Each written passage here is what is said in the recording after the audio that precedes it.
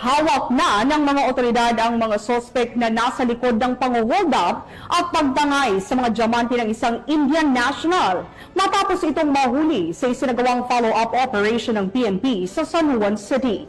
Nakatutok dyan si Patrolman Raymond J. Gravera.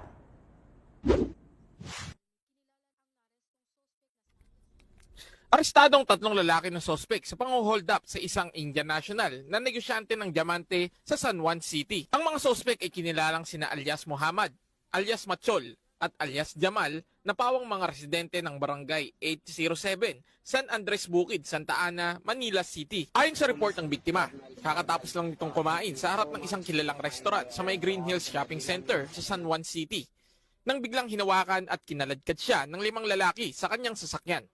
Pisikal na inabuso at pinagbantaan ng mga sospek na papatayin ang biktima kung ito ay pumalag. Kinuha nila ang kanyang mga diamante na nagkakahalaga ng tinatayang 1 million pesos, 9,000 US dollar, 750,000 pesos na cash at isang Google Pixel 7 na cellular phone na nagkakahalaga ng 30,000 pesos. Sa kabuuan, umabot sa estimated total na 2,275,000 pesos ang nalimas nitong mga sospek sa biktima at pati ang sasakyan ng biktima ay tinangay din.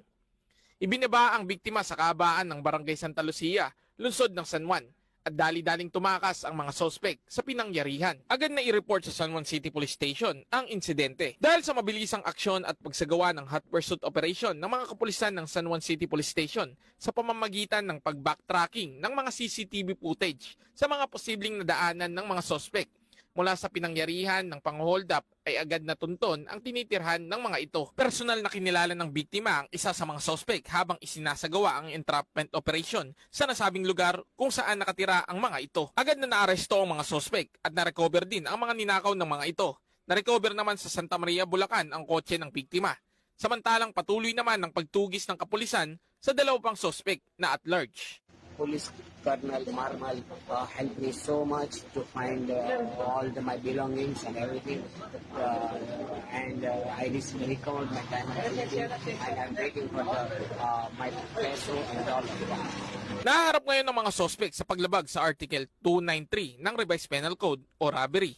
Matapos basahan ng kanilang karapatan ng mga sospek, ay pansamantalang nakapiit sa San Juan City Police Station Custodial Facility habang hinihintay ang nakatakdang araw ng pagdinig sa kanilang kaso sa korte. Mula dito sa Eastern Police District, ako po ang inyong PNN correspondent, Patrolman Raymond J. Gravera, alagad ng batas, tagataguyod ng Balitang Pulis.